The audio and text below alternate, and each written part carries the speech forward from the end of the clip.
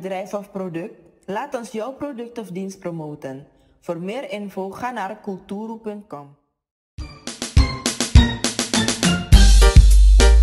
Word jij onze 50.000ste lid, dan krijg je 3 maanden gratis internet in Suriname en anders een voucher van €50. Aanmelden met je Gmail-account.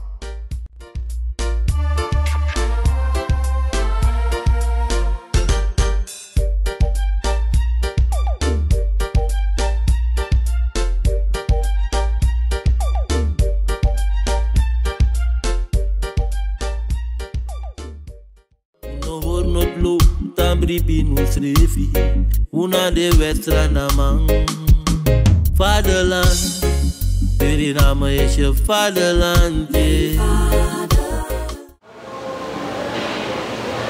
Goedendag kijkers van Kulturu TV. Wij bevinden ons op kantoor van de heer Gautam Danai. Dat is de marktmeester van de Centrale Markt. We zullen een vraaggesprek met hem voeren over natuurlijk de werkzaamheden onder de markt en de uitdagingen waarmee hij als leidinggevende ook te kampen heeft. Meneer Danai, hoe lang bent u al verbonden als marktmeester bij de Centrale Markt? Meneer Belfort, Kulturu TV, goedemorgen. Kijkers ook van mijn kant ook goedemorgen. Ja, ik ben hier op de markt. Ik heb de leiding overgenomen van de vorige, dat was 18 september 2020. Dus het is meer dan 3 jaar dat ik hier op de markt ben als marktmeester. En hoe bevalt het werk tot zover?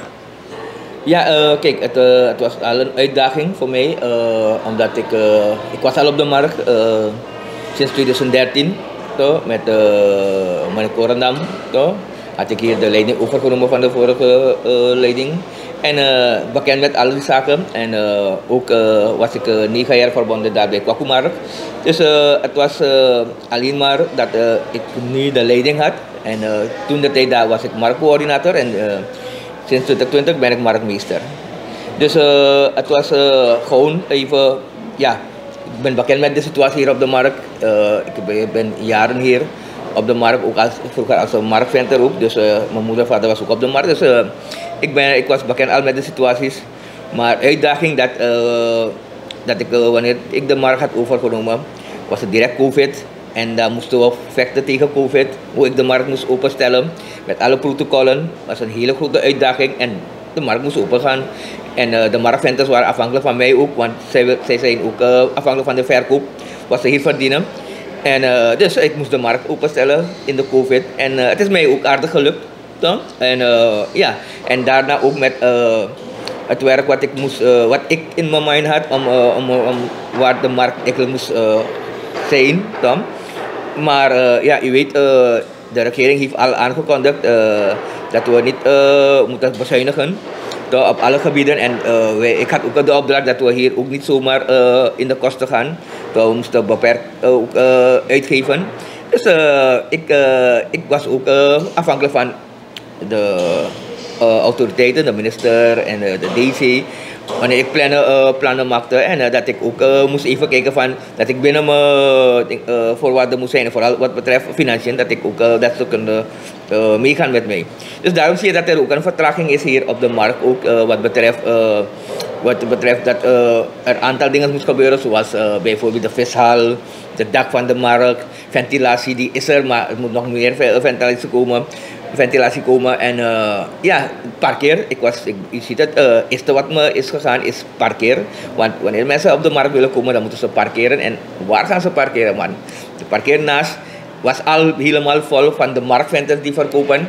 En die bezoekers die hadden wel een probleem. Want wanneer je voor de markt parkeert, dan komen de politie en dan wordt je beboet. Dus dat is een uitdaging. Ik probeerde wel uit te breiden. Je ziet bijna 60, 70 auto's kunnen wel daar parkeren. Maar het is ook niet genoeg. Want dat is de Friese markt ook daar gaan parkeren. Dus het was een hele situatie daar. Dus parkeren is wel het grootste probleem wat hier op de markt speelt. Daarnaast ook de concurrentieomliggenden van de markt ook. Bij wet is het al, dan als een markt is, wat producten op de markt wordt verkocht. En als je dat buiten verkoopt in de omgeving, dat het strafbaar is en dat alles in beslag mag genomen worden door de politie. Maar je ziet het, er zijn nog een aantal illegale venters rondom de markt. Toch, en mijn ingang ook, je ziet het, en ik ben ook afhankelijk van de politie ook en, de kiezersteam. Over de kiezersteam gesproken, er was een klachte van de illegale marktventers en door middel van de DC, de districtscommissaris Ricardo Bolla, hebben we een kiezersteam in stand gehouden van een kiezersteam dat ons gaat helpen om de binnenstad Paramaribo te ordenen, zodat de illegale venters niet daar verkopen, maar in de markt. Dus met de politie, met de BBS'ers en met het systeem hebben we ervoor gezorgd dat er een plan komt, zodat alle illegale venters die buiten de markt verkopen, dat ze in de markt komen verkopen. We hebben een goede plan bedacht en we hebben alle marktventers die op straat gingen verkopen, allemaal een stand gegeven in de markt. Maar de mensen die op straat verkopen, die zijn al gewend om daar te verkopen. Dus al geef ik een stand in de markt binnen, maar toch gaan ze op straat verkopen. Dus we doen ons werk conform hoe we krijgen, om de mensen iedereen een stand te geven op de markt. Maar je ziet dat ze toch op straat verkopen. Dus de crisisteam heb ik ook in de markt gebracht. Niet vanuit het commissariat, maar vanuit de markt. Is dichterbij, zodat men direct kan controleren naar de binnenstad. Maar je ziet dat het weer een vertraging is, dat er weer een aantal illegale venters weer rondom de binnenstad niet zijn. Dus ik ga weer vergaderen met de districtscommissaris en met de politie weer van Keizerstraat van dat ze weer niet mee moet helpen, maar ook de concurrentie wat de marktventers hier vinden, dat het beperkt wordt en dat die mensen die hier verkopen, die standgeld betalen en vergunning hebben, dat ze ook beschermd worden, want daarvoor zijn we hier. Toch?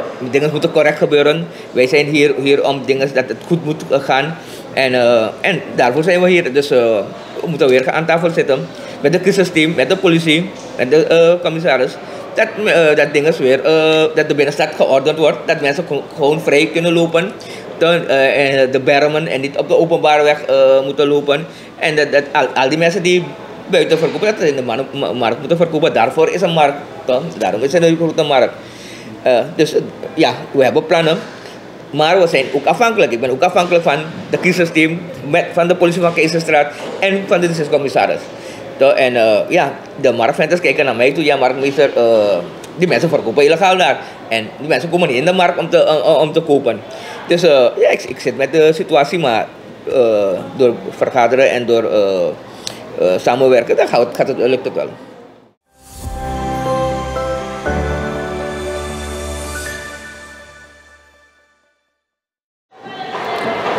Ja, heer Danai. U sprak over de venters, de illegale venters die hun zaken zo aan de man brengen in de omgeving van de markt. Zijn er ook andere uitdagingen waarmee u als marktmeester te kampen heeft? Klopt, het vergunningbeleid. Je ziet het dat er een aantal toestemmingen en vergunningen worden gegeven. Niet alleen de binnenstad, maar je ziet het ook dat omliggende gebieden, dat er langs de straten toestemmingen worden gegeven, vergunningen worden gegeven om groente, vis te verkopen en groente te verkopen, fruit te verkopen. En dat is ook een concurrentie naar de markt toe.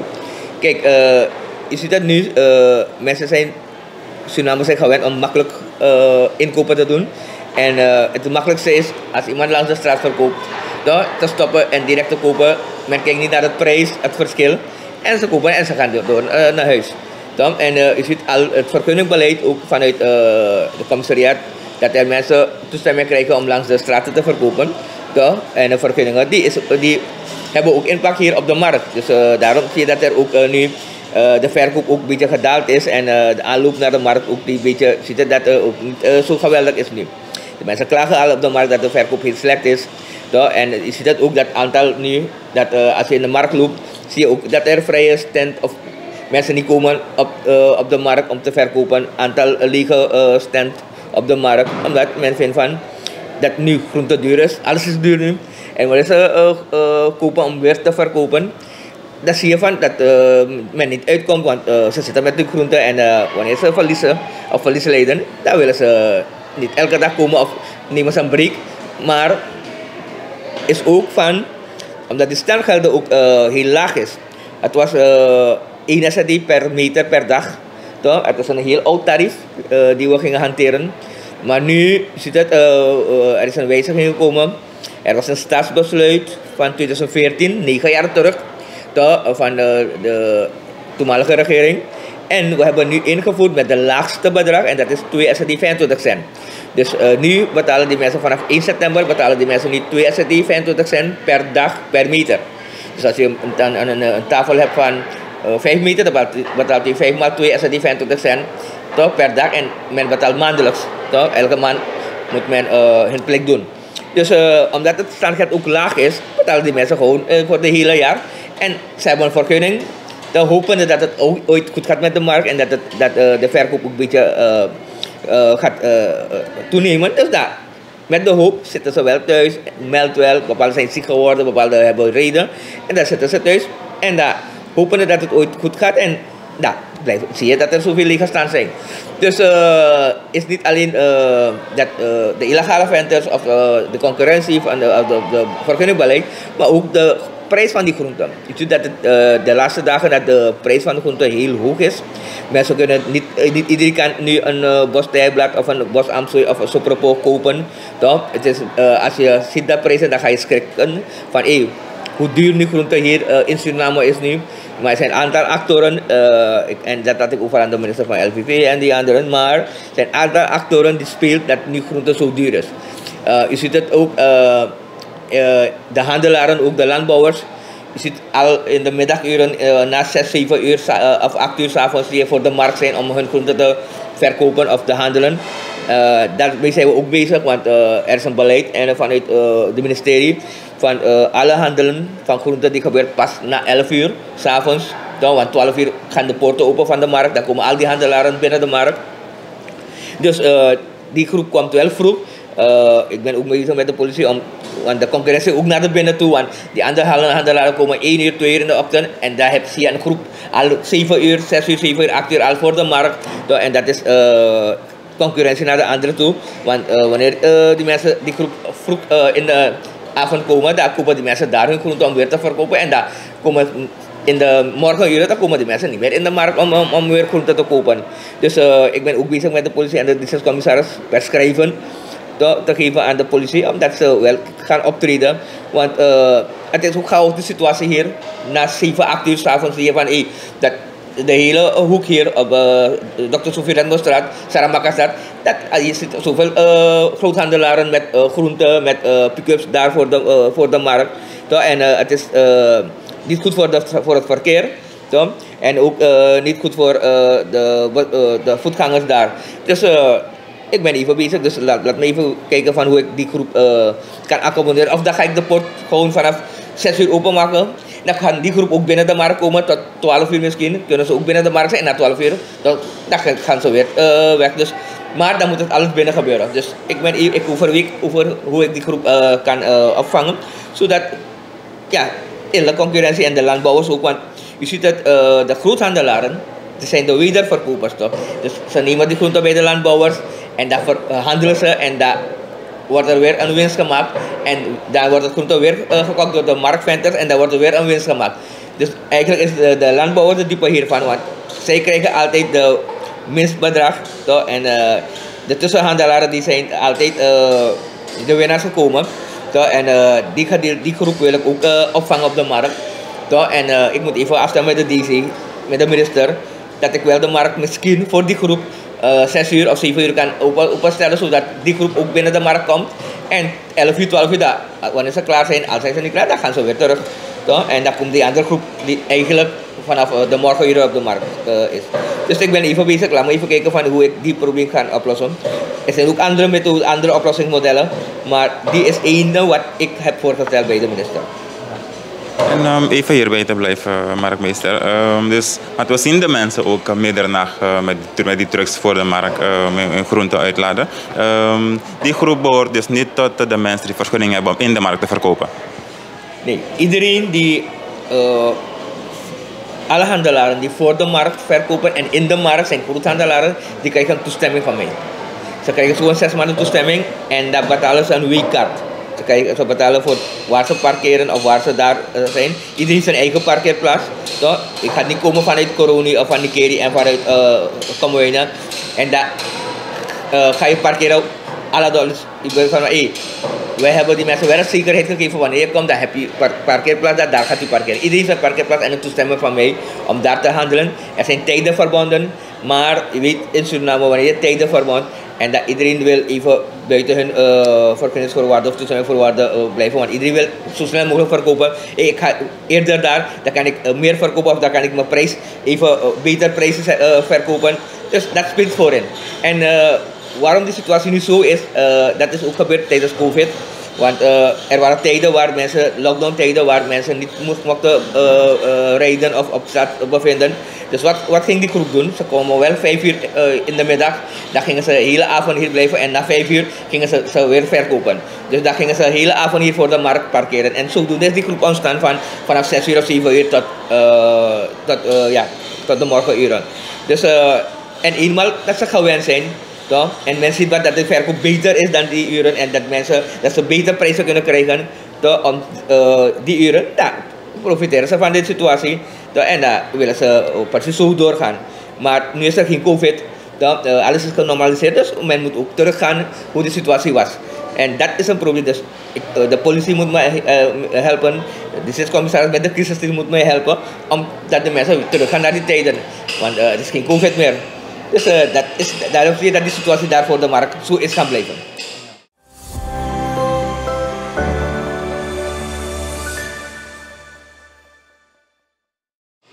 En u haalde ook de prijs van groenten aan. Ik heb gesproken met een paar van de mensen die ook groenten opkopen, de consumenten natuurlijk. En die geven aan dat het waarschijnlijk komt door de droogte, door die hitte. Maar u geeft aan dat er dus ook tussenhandelaren zijn en dat dat waarschijnlijk ook invloed heeft op de prijs. Klopt. Dat is het probleem. Kijk, toen het was niet door mij ook en door andere marktmeesters die hier waren. Er was een beleid dat, en het was ook vroeger zo dat aan die landbouwers, mensen die gingen planten die in de markt kwamen om groenten te leveren. Toch? Er waren geen tussenhandelaren. Maar wat ging er gebeuren? Dus wanneer een landbouwer op de markt kwam, dan hadden die buren, die mensen die daar in de buurt ook gingen planten, die wilden niet zelf komen op de markt, want ze hadden weinig groenten. Dus dan gaven ze die ene heer, of ene marktventer of ene landbouwer, die kwam ook hun groenten van, verkoop het ook voor mij. En zo is die tussenhandelaar ontstaan, want hij vindt van, als ik plant, maak ik niet zoveel winst, dat als ik die groenten neem en verkoop, dan hoef ik niet arbeiders te betalen, ik hoef niet te gaan zaaien, oosten. Dus ik neem die groenten gewoon van die mensen, ik verkoop, ik maak een winst. En het is makkelijk voor hen geworden. Dus zo zie je dat er zoveel tussenhandelaren in de markt is gekomen. Maar er is een gesprek, dus ik moet even bij de DC van Saramaka, een van die dagen, vergaderen, want we willen de landbouwers zelf hier gelegenheid geven om hun groenten zelf te verkopen.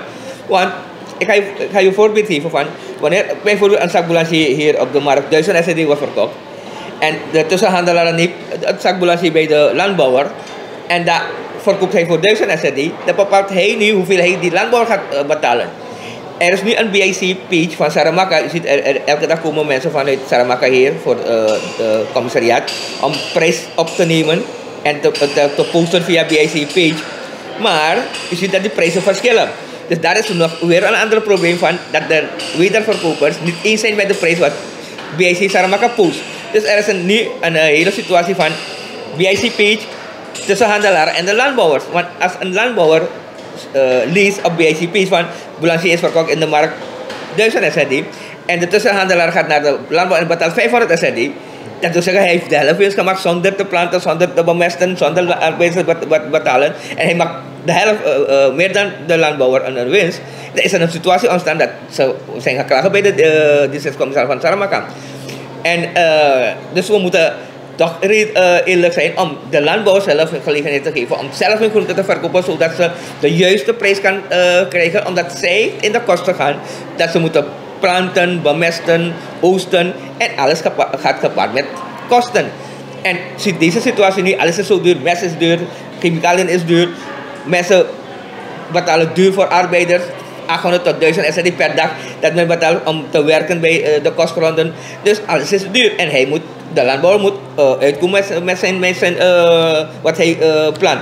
Maar met de tussenhandelaren is het zo moeilijk, Tom, want de tussenhandelaren maken winsten meer dan wat de mensen planten. Dus ik ben ook bezig om een plaats te creëren waar landbouwers zelf komen om hun groenten zelf te leveren. En een andere zaak, heer Danai. Het is de laatste tijd heel erg warm in het land. De temperaturen die worden ook opgemeten door de meteorologische dienst. Het is verschrikkelijk heet tegen bepaalde uren van de dag. Hoe staat het met de ventilatie onder de markt? U haalt het aan dat het de uitdaging is om dat te regelen voor de mensen. Heeft u misschien tussenoplossingen bedacht? Kijk, dan ga ik praten over centrale markt. Maar als ik ga praten over Friesamarkt, dan kan ik wel zeggen van Friesamarkt dat daar ventilatie, we hebben nog geen ventilator of iets daar gezet. Toch? En wat het probleem is eigenlijk van de centrale markt, Friesamarkt, het is een gesloten ruimte. Toch? En u ziet het van gesloten ruimte met zo'n temperatuur, toch, is het een beetje lastig. Toch? Dat wanneer mensen hier verkopen, en u ziet het van mensen die verkopen, zijn geen jonge mensen hier op de markt. Zijn een leeftijdsklasse van tussen de boven de 40 tot bijna 70 jaar die hier op de markt venten. Dat is er wel een situatie van wanneer het heet wordt. En dat is die groep die eigenlijk het last hebben van de situatie van het is te warm en men kan niet aan met de hitte. Toch? En kijk, ik probeer vanuit het commissariaat ook om te kijken van dat ik zoveel mogelijk ventilatie zet hier op de markt. Toch? Maar je ziet het ook, een gesloten markt met zoveel mensen in de markt, met alle actoren in de markt, is het een beetje, ja, het is een uitdaging om dat wanneer mensen in de markt komen of verkopen, dat kan helpen met de ventilatie. Maar ja, je ziet het, de binnenmarkt heeft zoveel ventilatoren in de markt, maar toch helpt het niet. Dan heb je weer de buitenmarkt, die hebben een beetje voordeel van dat het nog van de rivierkant nog een beetje kan waaien en dat er nog koude lucht naar binnen komt of daar buiten. Dan. Maar die groep klaagt ook, want er is een overdag zinkplat. We hebben geen plafond hier op de markt. Dus de hitte komt rechtstreeks naar de marktventer of naar de bezoekers toe. Dus het is extra heet. Toch? De bezoekers die komen, kopen en dan gaan ze direct buiten de markt. Maar die mensen die vanaf 's morgens tot 4 uur of 3 uur in de markt verkopen, ja, daar is het gevaar. Want het is nog niet gebeurd dat iemand flauw is gevallen op de markt of een marktventer. Maar we moeten voorkomen. En ja, ik heb met de districtcommissaris gesproken van we gaan zoveel mogelijk ventilatoren op de markt plaatsen. Zodat het toch een beetje helpt dat de mensen toch kunnen verkopen. En ja, dat is het. Maar verder, we kunnen geen airco hier op de markt plaatsen, want alles is zo open. Hele grote ruimte. Je ziet dat de markt is zo groot. Toch? En met de ventilator kan ik die mensen helpen. En daarnaast moeten die mensen even kijken van, ik heb ze ook gezegd van, kijk, er is nu 37, 36 graden nu. Je moet even kijken naar die gezondheid. Ook van, je kan elke dag verkopen, maar je ziet dat als je niet kan met de hitte. Kijk even tot hoe laat je kan verkopen. Kijk hoe je gaat kopen en hoe je gaat verkopen. Als je ziet van het is 10 en 11 uur dat het te heet wordt, dan sluit, ga naar huis. Kom de volgende dag weer. Maar je moet even ook aanwennen met de situatie. De markt is groot en de hitte is er. En thuis ook zie je van, je kan de hele dag in de airco zijn. Thuis heb je ook zo warm. Dus vergelijk even hoe het thuis is, hoe het op de markt is. En daar gaan we even omspelen met de situatie. En kijken dat je toch elke dag kan komen om te verkopen. Maar gezond ook. En dat je niet een dagje gewoon fataal wordt en daar kan je niet meer komen. Dus ik communiceer met die mensen. En leg uit van, kijk even van, hoe je aangaat met de situatie met de hitte ook. En ter afronding, heer Danai, de veiligheid op de markt, onder de markt, hoe staat het daarmee? Ja, kijk, toen ik overnam ook, had ik een plan al. Toch? Ik had een plan. En het eerste wat mij was opgevallen was de veiligheid van de marktmensen.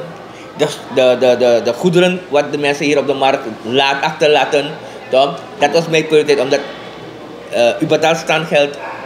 En u wilt dat je naar huis gaat, dat alles hier veilig moet zijn. En niet dat je thuis bent en je gaat denken van, boy, dadelijk de mabrokom is stand. Of, weet je, en als ik morgen kom, dan zie je dat spullen weg zijn of verdwenen zijn, een of andere reden.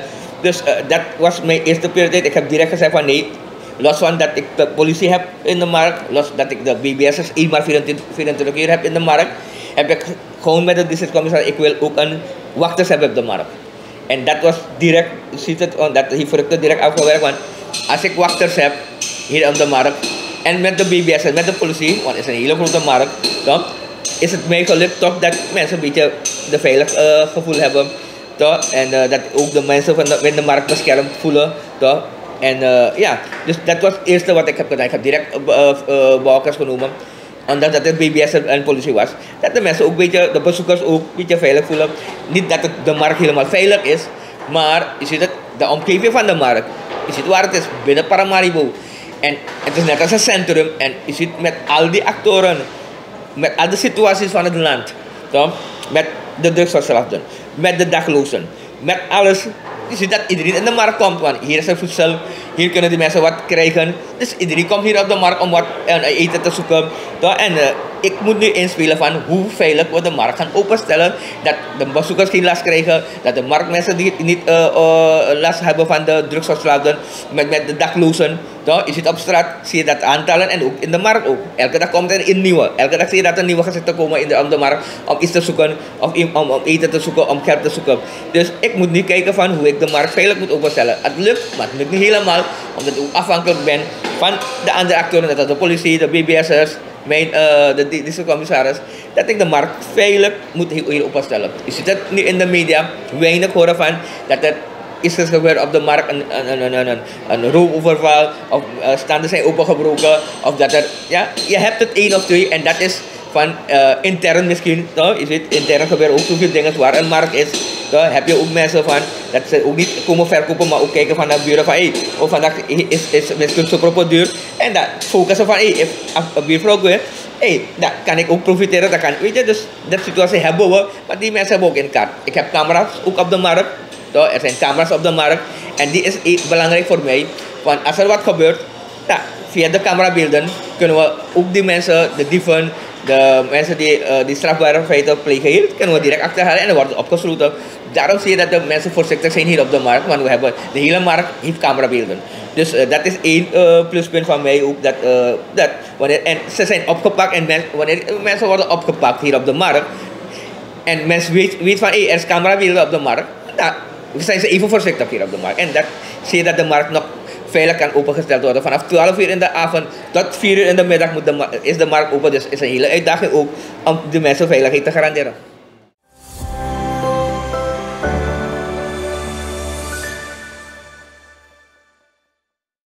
En als laatste vraag, heer Danai.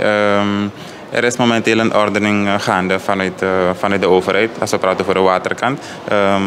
Ja, welke rol vervult de centrale markt hierin? Ja, ik had het al eerder in de media ook gezegd van ordening waterkant. Dat is vanaf Pompgemal tot helemaal Wachtgebouw. Er is een plan daar. De markt is ook in die plan meegenomen. Want dus, er gaat, het markt wordt net als ook een museum wordt.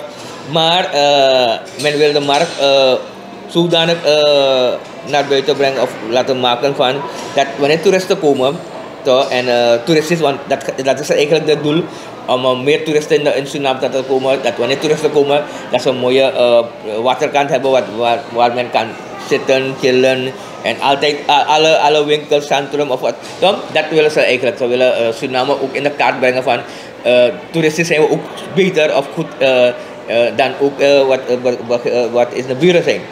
Dus dat is het plan. En de markt heeft ook een belangrijke rol hier gekregen van dat ze de markt ook alles hier gaat renoveren. Ze hebben een mooie plan met de markt ook, dat de mensen ook goed kunnen verkopen.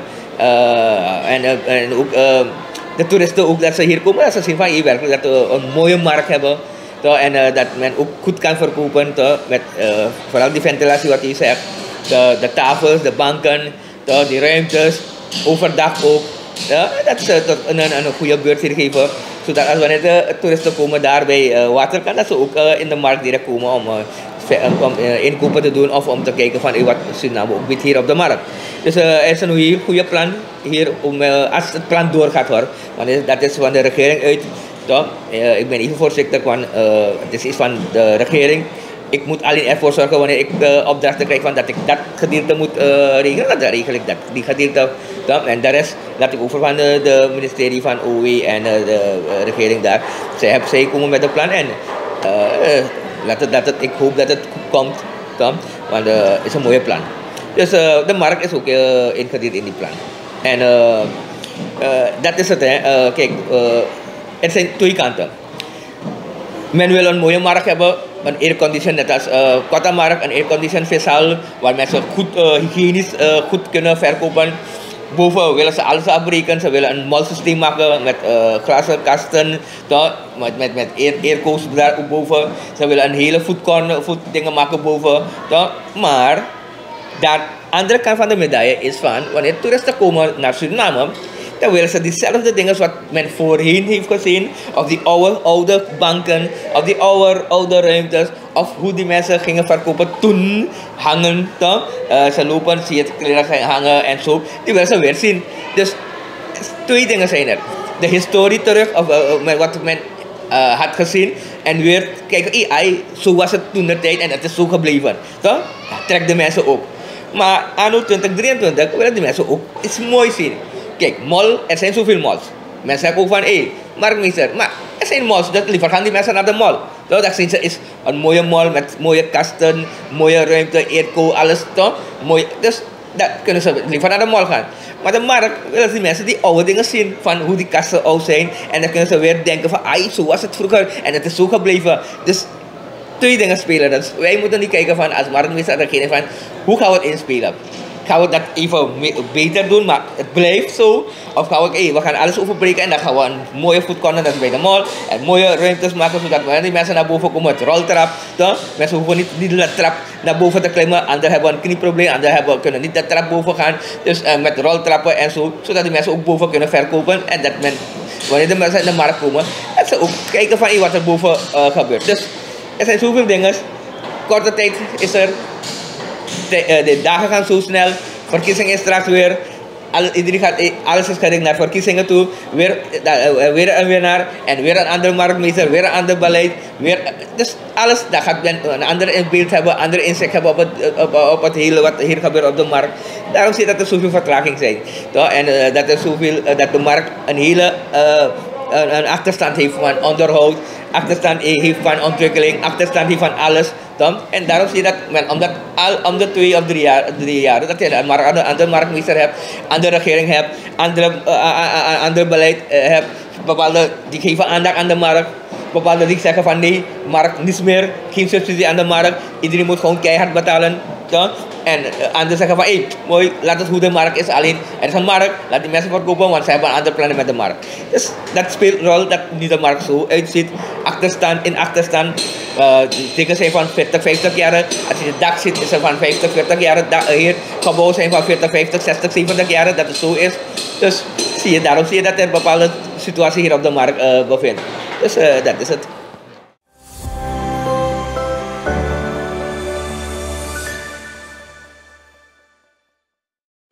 We weten dat bijvoorbeeld als het regent, als het hard regent, dat bijkans heel Suriname onder water komt te liggen. Ook de markt heeft daarmee te kampen. Is er een plan om te zorgen voor die ontwatering hier bij de centrale markt? Klopt. U gaat het ook merken, jullie gaan het ook merken. Die plan, ik heb het al met de regering al gesproken omtrent wanneer het regent. Niet alleen dat de binnenstad een probleem heeft met wateroverlast, ook de markt. Want je ziet dat alles. De hele binnenstad, ook de markt, loopt onder water. Met de kleinste regenval zie je dat ook de ringweg, zogenaamde ringweg, onder water zit. We hebben een sluis hier, we hebben een pompkanaal hier. Maar wanneer de waterstand hoog is in het rivier, dan zie je dat het water niet, automatisch kan het water niet van de markt weggaan. Er zijn plannen, ik ga het ook merken, 2 november hebben we is hier op de markt, naast de markt, dat men de pompkanaal en de sluis en nog een sluis weer gaat herstellen. En de sluizen gaan weer operationeel zijn. De start is 2 november. En de regering heeft aandacht gehad van vooral die wateroverlast hier, Paramaribo, Markt, al die hele centrum. Dus is er start zijn hier, 2 november. En dan gaat u zien dat er een hele mooie plan is. Dat wanneer het regent, dat het water zo snel mogelijk van Paramaribo en van de markt zo snel mogelijk weg moet gaan. Want u ziet het, het afvoersysteem van de markt is anders. Het water gaat niet van de markt direct naar de rivier toe. Het afvoersysteem is dat het water van de markt helemaal naar voren gaat. Dus die afvoersysteem is dat het water niet naar de rivier, maar naar voren en via naar voren naar de pompkanaal naar de rivier gaat. Dus als de pompkanaal niet werkt of als het water hoog is, kan het water vanuit de markt naar de rivier gaan. Dus, en soms zie je dat ook de pompkanaal ook, dat men niet op tijd daar is om open te stellen. Dan zit het water nog in de markt. Een beetje lastig, want wanneer het markturen zijn en wanneer het regent, dan zie je dat een goed gedeelte dat de mensen niet kunnen lopen. Dus we hebben ook aan de regering, ik heb het ook aan de regering aangekaart. En 2 november in de start zijn. Hopelijk, ik hoop het, met de nieuwe sluis wat ze gaan maken, met het herstellen van de pompkanaal en de sluis in de markt, dat het water zo snel mogelijk weg van de markt gaat. Dus we hebben de aandacht gehad van de regering en ik hoop dat het goed komt en dat men, wanneer het regent, dat men toch inkopen kan doen in de markt, vooral de ringweg, dat de mensen vrij kunnen lopen. En dat het niet last moet zijn dat mensen uren moeten wachten voordat het water weg gaat uit de markt en dat men daar gaat kunnen verkopen. Ik wil daar komen, want ik pinaar hier als een raad.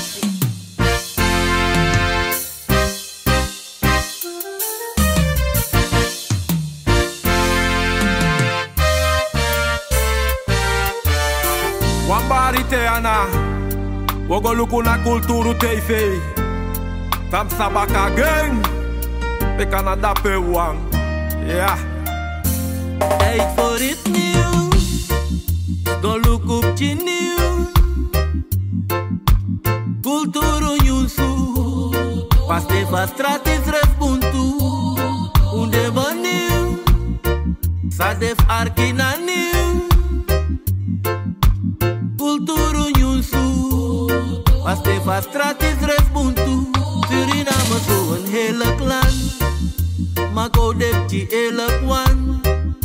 Weshi, alas my sari, alas my bari, ma efu bondru gwawang, tak wesre kama masranang, beno wan soma, no abif kwari, no abif sari, yeah, baya kriol ya fans of shini, isha idol in distance of innings, dambotaki on the right place, different colors, one stage, go go go, be alo vegro, be wela fu antai gesta kaigo, be korosi na ngale take blow, yeah, be horde gia pina follow, be descapudi esi ja no wolo, be te dry de ne juki anga dolo, when I go follow.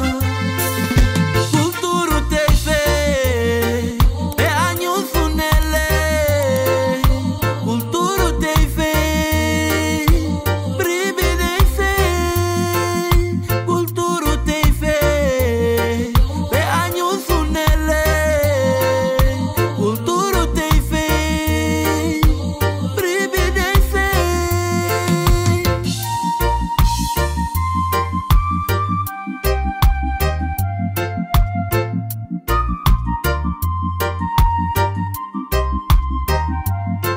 We go diki diki, unegwa so smanen sa bigi bigi, no.